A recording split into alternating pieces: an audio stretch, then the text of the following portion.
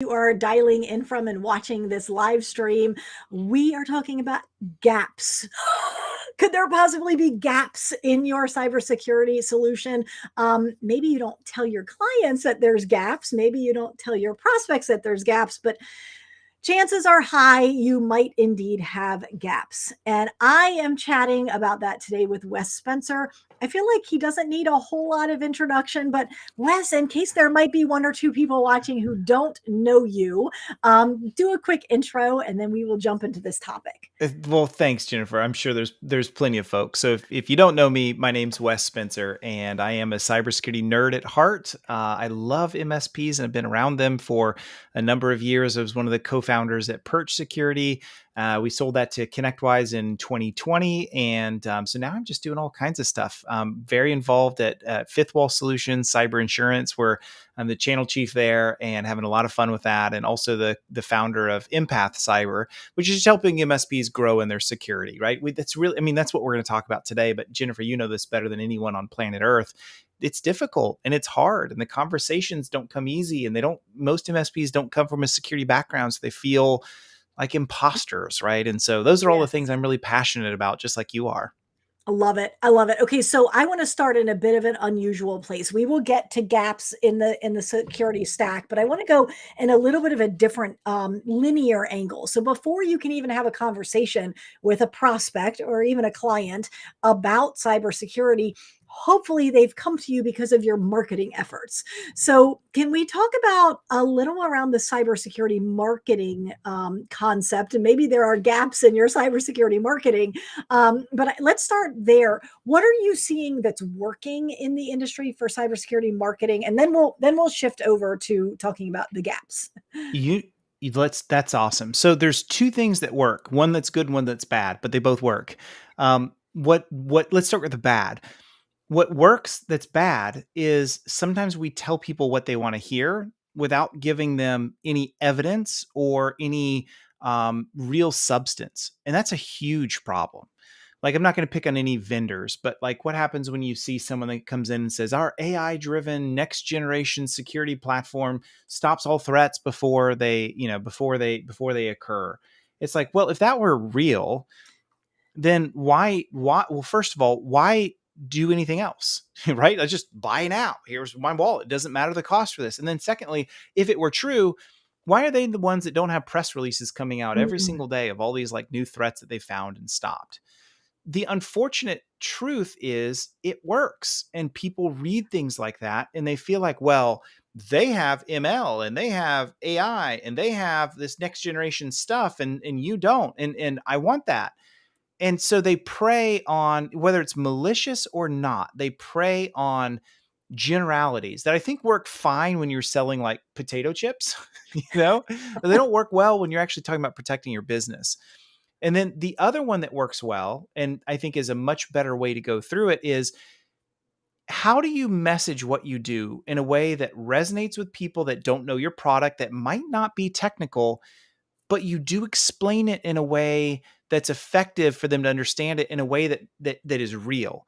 mhm. So like, let's say you're an EDR, and so you explain it in things like, hey, like what we're doing, I'm not going to go through all the details, but like, our platform, think of us like a home alarm system for your network. And one of the things that we're doing is we're looking for signs and threat activity on your endpoints.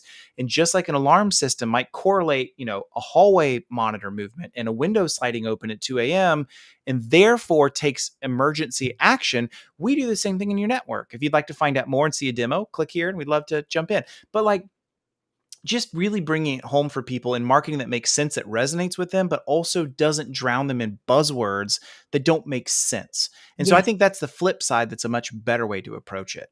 I love that. And if you are just joining us live, I'm here chatting with Wes Spencer. Wes is going to be speaking at my event June 13 and 14 in Orlando. I'm going to put that link on the screen.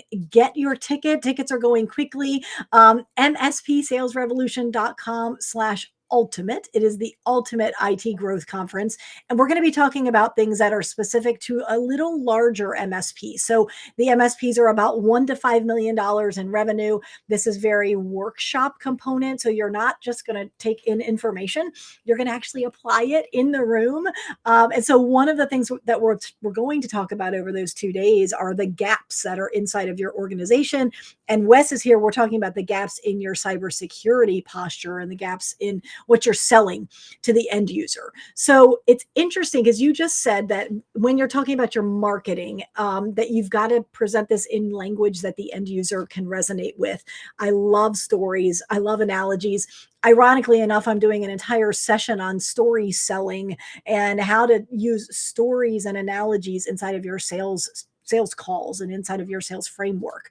So, okay, so let's assume we've got decent marketing in place. That's probably a very high assumption. Let's assume that it isn't technical in nature, which I want to do a little parentheses here because MSPs, especially if they are the owner, if they're super technical, they're the ones possibly vetting the vendors, and they may also be in a sales role. They're having to take things in both parts of their brain. So they're doing the really technical, understanding all of the features and the deep learning and the machine learning and deep packet inspection, like all these things. And then they have to translate that into language that the end user is concerned about. And that's a hard job because usually the end user doesn't care about the tech. They just want to do business. So if you're doing a good job with your marketing, then people will start to say, I don't think I have that. I think I need that. I can't let that thing happen to my business. I can't be down for 2 weeks, 4 weeks. I am concerned about ransomware. Can we have a conversation? So now marketing has done its job and sales takes over. And that's where we have to make sure that what we are selling doesn't leave gaps. So how do we make sure in this very complicated landscape that is growing more complex by the day, how do we make sure that there aren't any gaps? Yeah. So a couple things. I'm going to steal a little bit of what I'm going to talk about from this right here, the Cyber Defense Matrix. This is from Sunil Yu. Really, really, really good book. And he saw the same problem, right? His problem was, and I met him when Sunil was at Bank of America. And Sunil actually came by our booth at Perch. And like his whole job at Bank of America was, they said, Sunil, you're a smart person. So we just want you to go and find all the innovative stuff out there and make sure that if we don't have it, we probably want it because we have an unlimited budget, right? And so we don't want to not have innovation. So go find it.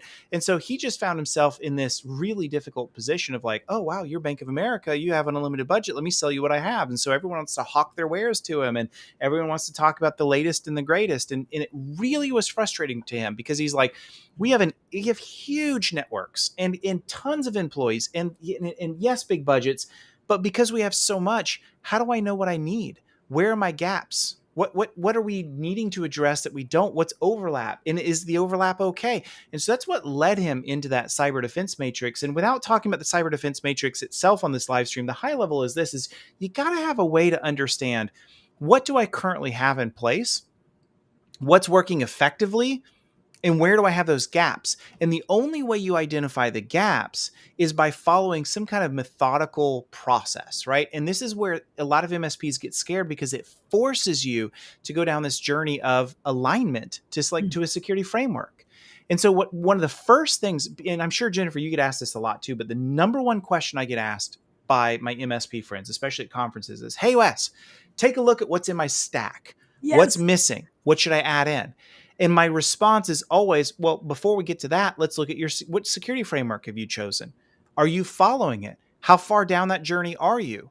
What's that alignment journey look like? Are you 60% aligned, 10% aligned? Because if you're not going down a security alignment journey to a framework that is a blueprint for success, then you are by nature maybe a little of this, maybe a little bit of that, maybe this over here. And you're very reactive. Oh, everyone else says this. I saw a Reddit post. What's the best firewall that's out there? What's the best MDR that's out there, and it's anecdotes everywhere. And so this forces us to say, no, I'm going to throw out those externalities for now. I'm going to follow a framework, and I'm going to use that framework to understand what are the gaps that I have according to that framework. And that's the harder direction to go, but it's infinitely more valuable because it gives you the confidence that you're doing the right things in place. You're not just plugging holes where you see them like an old cartoon, and that's the direction Yes. we need to go.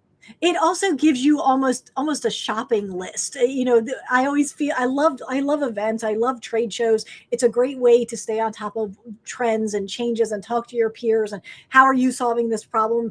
Are you having this issue? How did you solve it 3 years ago? Oh, this person's having a problem I can help solve. And so there's so much collaboration, camaraderie. Love events. I love that the sponsors are there sponsoring the events and talking about their services and their solutions, but it can become a little bit like chasing a shiny penny, especially if the marketing departments are really good at explaining what they do in a unique way. You're like, I don't have that. I need that thing. Let me buy that thing and it's going to magically solve all my problems. And so to have a framework or a checklist or some type of like a NIST framework or something to wrap your head around and say, hey, I'm going around with my checklist and I know I have a gap. Mr. Vendor, Mrs. Vendor, where do you fall on this? Do you, nope, nope, nope, nope. The thing I'm trying to patch right now is that box. Like I'm almost picturing a grid, like a battleship board, and like you're focused on B7, and you're walking from vendor to vendor and you're like, miss, sorry, I love you and I thank you for the swag, but I'm looking to fill this B7 hole.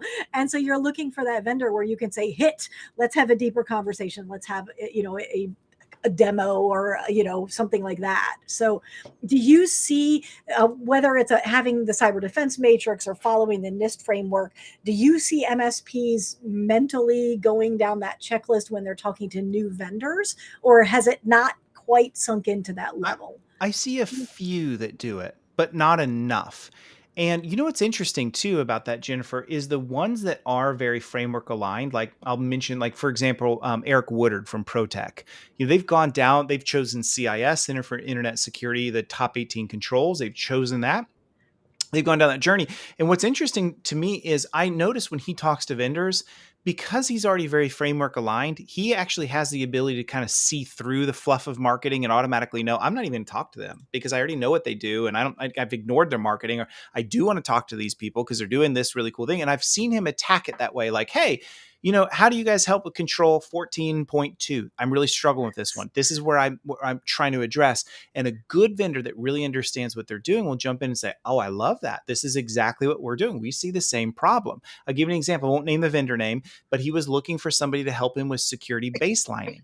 And he found a vendor that does a really good job of that. Here's how we baseline, and this is what we look for to do it. And he's like, that's that. I'm trying to solve that right here in, like you mentioned, the battleship kind of thing. I love that analogy. So yeah, I noticed that with some, but I think most vendors I don't, or most MSPs I don't see that, unfortunately.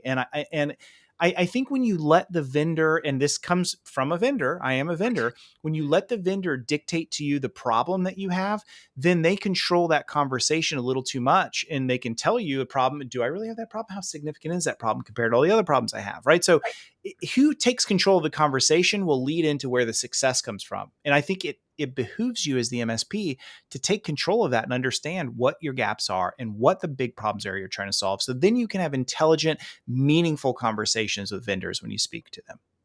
Okay, so before I want to dig into that vendor conversation just a little bit more, but in case you are just joining us, I'm chatting with Wes because he's coming to my event June 13 and 14 in Orlando, Florida. It's probably a drive for Wes. For me, Good it's a drive. flight. Yeah.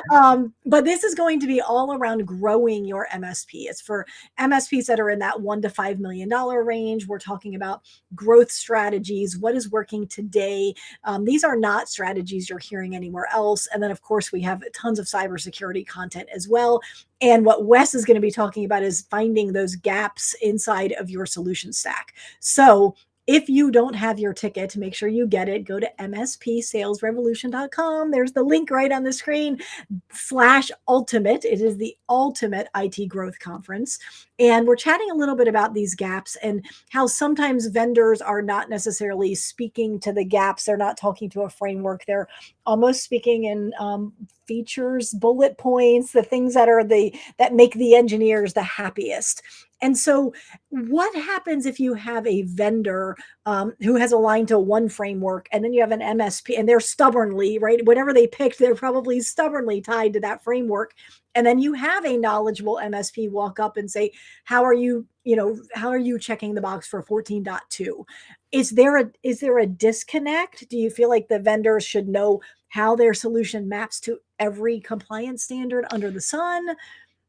Yeah, maybe not every, but the good thing is there's what we call crosswalks. There's several of them that are out there. In fact, even like I'll use CIS as an example. When you look at CIS's controls, it crosswalks over to like ISO standards, to if like industry specifics like HIPAA, high tech, FFIEC, PCI. It'll actually cross reference where they fit into with each other. And so boy, if I'm talking to a vendor that doesn't know that how it cross maps and crosswalks over, I'm either talking to a really immature vendor or just someone at the org that's the wrong person to have the Yes. conversation with, because there should be somebody at that vendor that understands, oh yeah, we really speak CIS really well because most MSPs do, but your CSF, great, no problems. Here's where we crosswalk over that. So Yeah. that's a solved problem. And if you don't know that as a vendor or as an MSP, go figure that out. Just search like security framework cross maps or crosswalks, and you'll find spreadsheets that come out with all of that, because Nice. it's one smart thing we nerds have done is figure out, okay, pick your framework that works best for you. But we all recognize they're just frameworks. They have great advantages, they have disadvantages, and they have problems. That no framework is perfect. Right. And so yeah, that's kind of how you want to solve that one if you're an MSP, is just know that there's crosswalks that'll help you. Love it. Okay, so good advice for the MSPs as well as the vendors. Hopefully, the vendors mostly know that at this stage, but good advice. I love it. Okay, I want to take a little bit of a shift. This doesn't necessarily line up to gaps inside of your security solution, but it does pertain directly to selling cybersecurity. And that is the growing cyber liability insurance issue, which is near and dear to your heart with, Yep. with Fifth Wall Solutions. How are you seeing MSPs leveraging that trend in our marketplace? You know, I'm noticing, I saw it coming as a shift a couple of years ago, and I'm really seeing it start to come full force. You know what's interesting is it not just in cyber, but in every industry, insurance holds a lot of sway, and they really steer so much of what is done in this world, what can and can't be done, all the way down to like you walk into a building and like, oh, we have to do this thing this way. Well, why? Because insurance requires it. Oh, okay, well, that's the way we're gonna do it. I took my kids to like one of those trampoline parks and had to fill out this really stupid like, Yeah. oh, your waiver expired, so we have to have you sign a new one. And I actually asked her just because I was curious. I'm like, why? And she goes, oh, well, insurance makes sure that annually you have to renew. And so you just have to. Like, there's no, what are you talking about? There's no need to decide it. Insurance just says it. So you have to do it.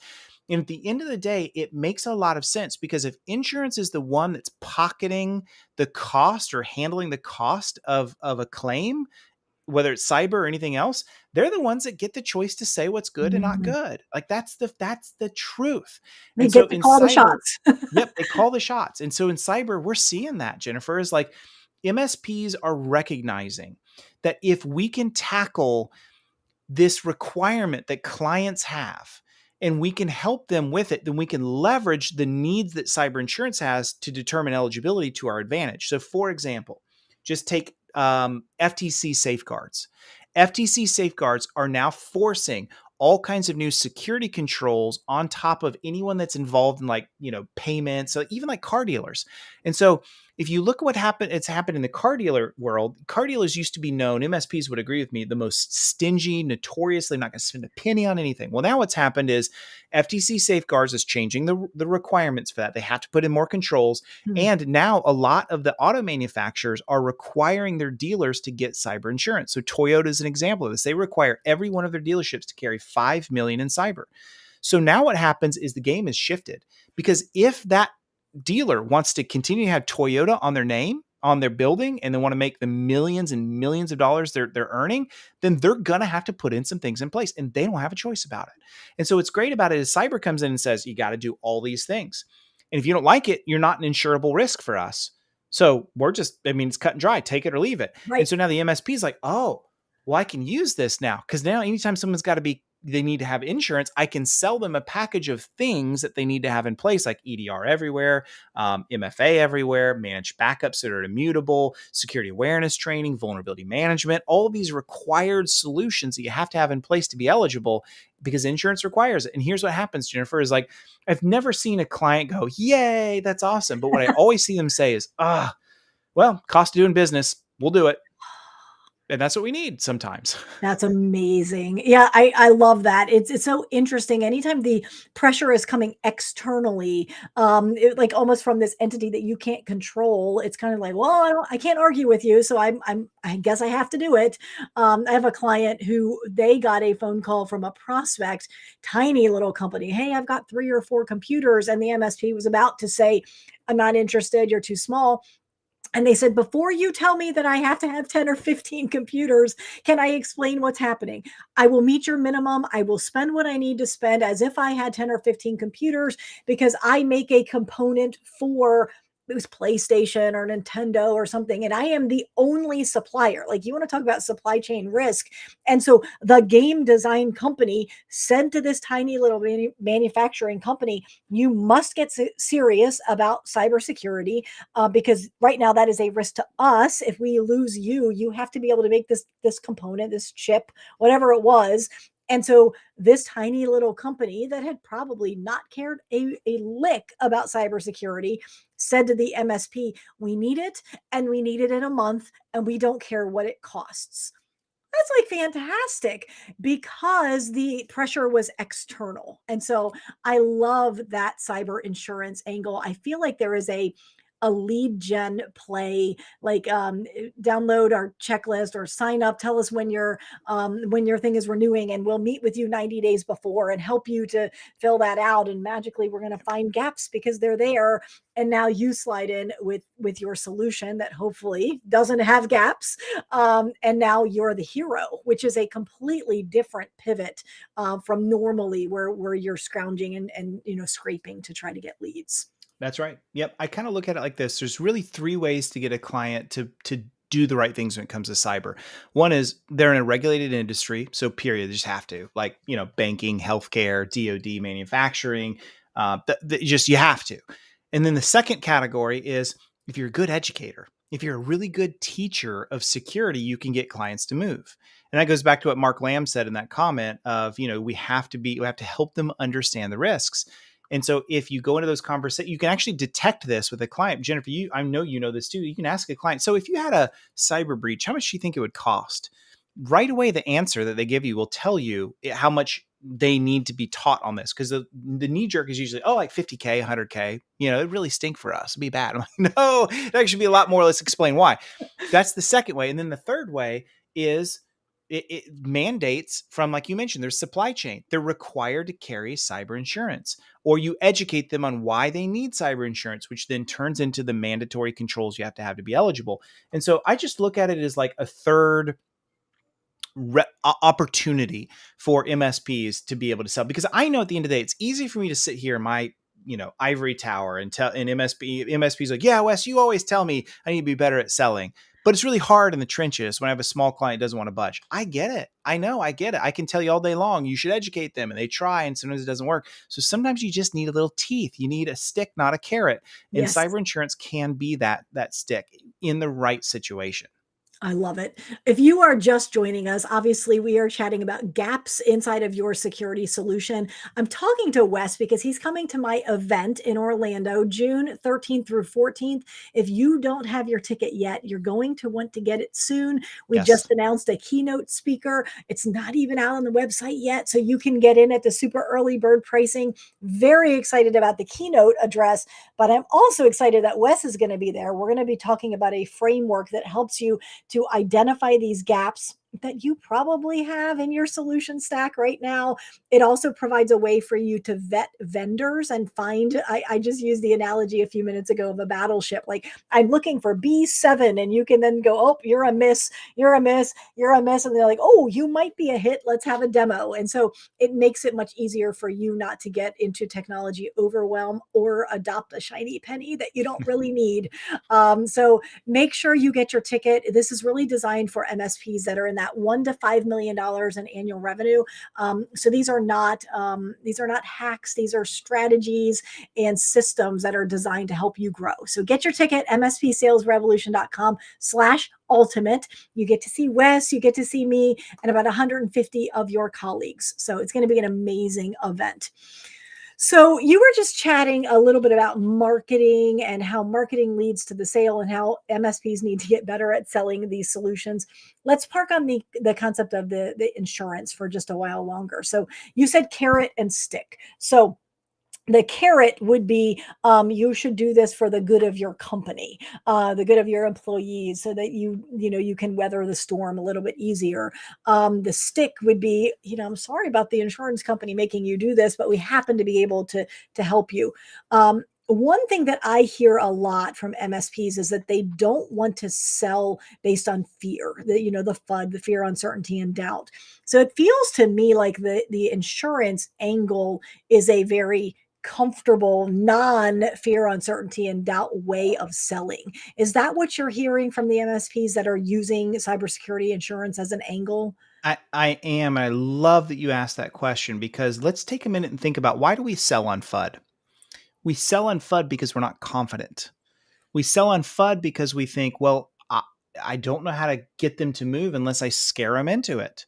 And there's always an element of, like, when I do my cyber insurance talks, people will come up to me like, oh man, that was a little scary. And I'm like, but why was it scary? I'm like, was it scary because I scared you about hacking stuff? Or is it scary because you realize you're not ready and you've got a lot of work to do? And they're like, it's the latter. I'm like, okay, good. Then I'm okay Right. with that. Yes. But the reason we go to FUD is honestly because we don't know another way. And so if we can scare them into it, well, what else, what other opportunity do I have? And so yes, I 100% think that's why I love that you asked the question, because it's yet another avenue for us to not sell on FUD, but sell on reality. Hmm. And so you can be the rescuer in these situations. I can't tell you the number of conversations I've been on where it's us and the MSP and the insured, the client, their Mm. client that's trying to get through this insurance thing. And sometimes it's even a prospect that the MSP brings in with us, because they're like, hey, this is a local client. They got dropped on their insurance. They got denied. They're trying to fix it. And the carrier came back and said, you need all this gobbledygook. We don't understand. Fifth wall, can you help?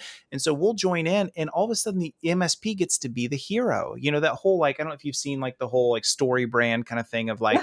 like, turn them into the hero. Our job at Fifth Wall is like, I want to turn the MSP into the hero. I want them to be the one that comes in and rescues at the last minute with the solutions that they need so that the client can get what they need, which is not paying more money for security. It's that they keep their contract with their supplier so they can continue to make money. At the end of the day, that's what they care about. And so if the client has to spend another 10 to 15K this year to be able to to make their millions of dollars and put bread on the table for their family, they're going to do that. They're going to be happy about that because the MSP comes in and rescues. And so to me, yes, that's what all of it comes down to, is another opportunity for the MSP to be able to come in and not sell on FUD, not sell on things like, well, you should be scared. Look at this dark net market. What this dark, no, let's just sell on, let's help you in your journey. Let's lead you forward. I'm like, man, I'm so glad this MSP helped me, because otherwise I got denied coverage and I didn't know what the heck I was going to do to solve that Yes. problem. Oh, isn't that awesome?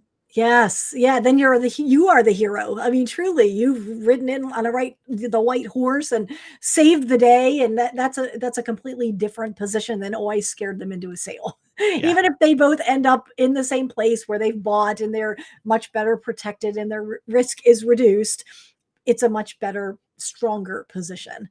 So, someone on Facebook is saying, is there a leading cybersecurity provider for healthcare that MSPs work with for their clients? And I don't know if we're talking EMR or what's, do you know specifically what they might be asking? I don't, but this is a great opportunity. It's a great question. It's a great opportunity to peel this back to the beginning of the conversation, which is there's a lot of great providers. What I would want to do if I'm searching is, again, what am I trying to solve for? When we talk about cybersecurity, what element? So you don't know what element unless you know where you're at in your security alignment. So you can kind of figure out, what am I trying to address? So what I would do to answer that question is I would say, well, first, let's find out where, when it comes to like HIPAA and high tech and the requirements around EPHI, what am I doing now to make sure that I'm compliant with those regulations? Then once I know the regulations and the requirements that I have, I can then start to see, here are my gaps. And then once I understand where my gaps are and what I'm trying to solve for, now I can intelligently go to other vendors and say,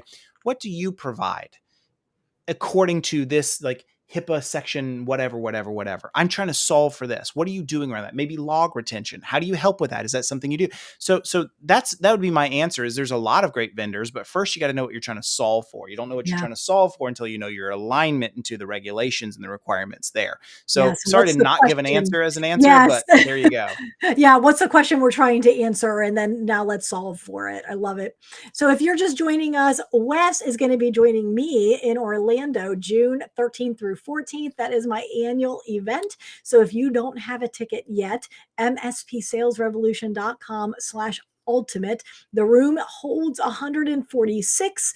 We're going to somehow figure out a way to cram in a few more than that because tickets are moving quickly and I want you to be in the room. So if you are a growing MSP and you are serious about tackling the cybersecurity challenge and you're looking to grow and you're looking for strategies for that, come get your ticket, mspsalesrevolution.com/ultimate. It is the ultimate IT growth conference. You know it's the ultimate growth conference if you've got Wes, you've got me, you've got Ian Richardson. We've got some surprises in store. We've got some out of the box surprises. If you're not on my email list, you should get on it. We're announcing that via email tomorrow.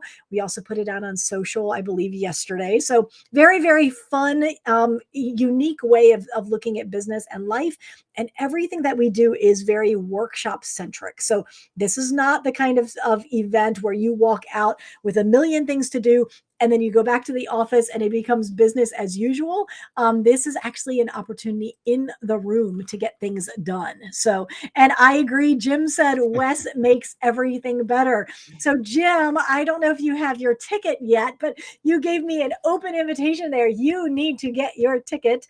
Yeah, Wes is fantastic. Anytime I have a chance to share a stage or be in the room with him, I take that opportunity because he does indeed make everything better. So, and Jim was also saying earlier that it was a great question that you were answering about HIPAA, high tech HIPAA, how to ask good questions and knowing what question it is that you need to answer. So, Jim, I appreciate you being on for sure and engaging in this. So, Wes, we are about out of time, but my goodness, thank you so much for all of the value that you added just in this live stream. Any final thoughts as we wrap this up? Yeah, I think final thought is, I hope you come away with, there is a pathway. That pathway is going to take a little work. But you know what's interesting to me, Jennifer? I have yet to talk to an MSP that said to me, we've spent a better part of a year working hard on alignment to a security framework and building maturity into that. And we regret that we did it. Ah, Never met anybody that said that. Everyone is like, that was some hard work, but we're now better for it. Our engineers are much better at speaking. Our salespeople, they know how to speak and make sure that it aligns correctly and that they can talk to the right industries and they have the right conversations with decision makers. They speak with more influence and more authority. They're not just wishy-washy. They know it's good security because they know it's aligned. And lastly, our revenue is starting to grow like crazy in security.